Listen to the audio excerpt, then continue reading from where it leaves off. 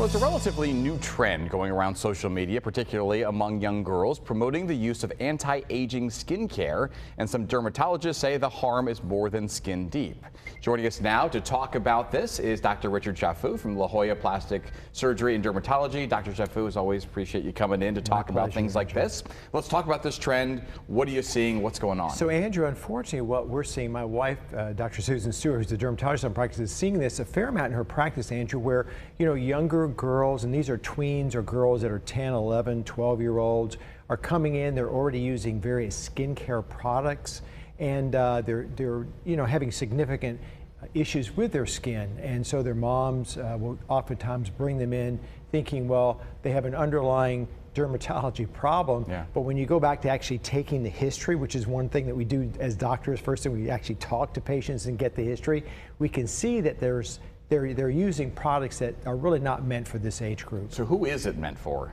So it's meant for people, I don't say you and me, I was gonna say, I think we're falling into just it. saying, as we age, Yeah. When you get past your 20s and you've had a lot of sun exposure, there's this aging process where our collagen, our elastin has been lost. And so these products, Andrew, are really designed for people that have got signs of aging. And when they're used in youthful people, they cause much more harm than good. They're not going to restore already a very youthful complexion. They're not going to restore collagen that's already quite normal in context. But there's a lot of pressure, not just from the cosmetic industry, but social media. Yeah. My daughter's 12, and I saw her, begin to use some things on her skin, and I was like, Mary Grace, you have flawless skin. Well, it feels good, Dad. And she's like all the others on Snapchat or Instagram or wherever the social media is. So although she's the daughter of a dermatologist and plastic surgeon, yeah. All these kids are really at tremendous risk. And unfortunately, they're being played upon because of that age group, and they're feeling, they're feeling a little bit sensitive and concerned about their appearances, Yeah. and that's heightened on social media. Yeah, it's like we think that these people on social media are the experts because they say they are.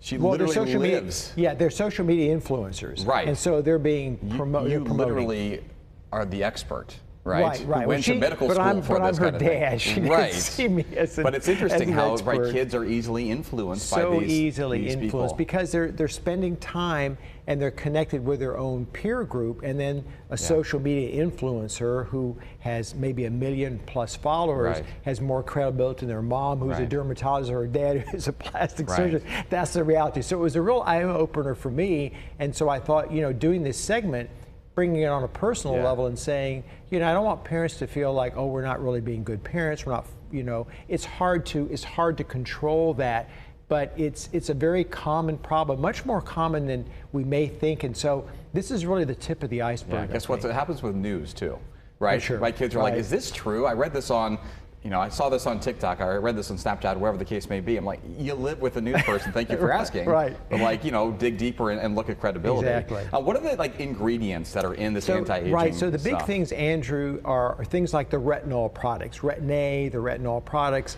vitamin C products are not helpful. Anything with the alpha hydroxy acids, glycolic acid, lactic acid, and a lot of these skin cleansers have very abrasive chemicals in them, and then different fragrances. Does it work for people like you and me? Does it actually it work? Or is probably better for you than for me. It's not snake oil, right? It's not snake oil. No, there's science behind, for sure, retinol helping with the aging process. But when you don't have aging, the only thing it's going to do is irritate the skin and cause rashes. So as I said, a lot of children will come in to see my wife. They've got a rash, and the parents are really concerned. And some of these rashes can be really quite significant. And when you dig down and find out they're using these products on a daily or twice a day basis, and the rash gets worse, and so they're thinking, well, I need to use more of it because obviously my skin is not getting the effect. So it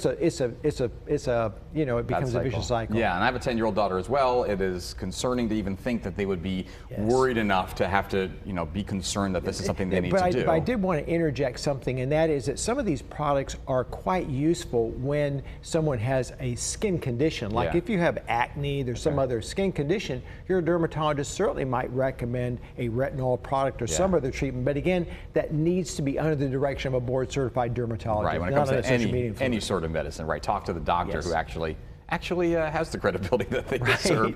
We talked about this issue on Fox 5 before. There was actually a bill here in California to potentially ban the sale of anti-aging products to kids under the age of 13. It didn't pass. You have any insight, thoughts on that? So I think it's a great idea. As physicians, we are most concerned about our patients' care and health care. We're sort of their advocates, I hope. So but I'm sure a lot of pressure is put to bear legislatures by the cosmetic industry, which is a multi-billion-dollar industry.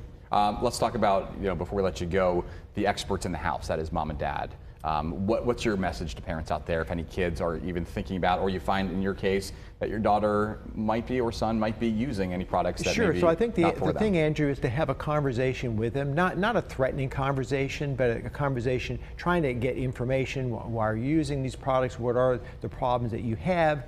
And then it's fine to say, okay, you're using these products. Well, let's get you in to see a real expert and see the value of it, because sometimes they need that third-party verification to know that the parents are interested in their best interest. But I think the take-home message for parents is not to feel guilty or bad, because this is a ubiquitous problem, and social media is something that's very difficult to control. We've seen a lot of dangers coming out of social media, trends and things that people, kids especially, should not even be looking at. So we appreciate the insight, and hopefully folks will talk to the doctors who are the experts. Dr. Sheffield, thank you. Good to see you. Okay, you as well.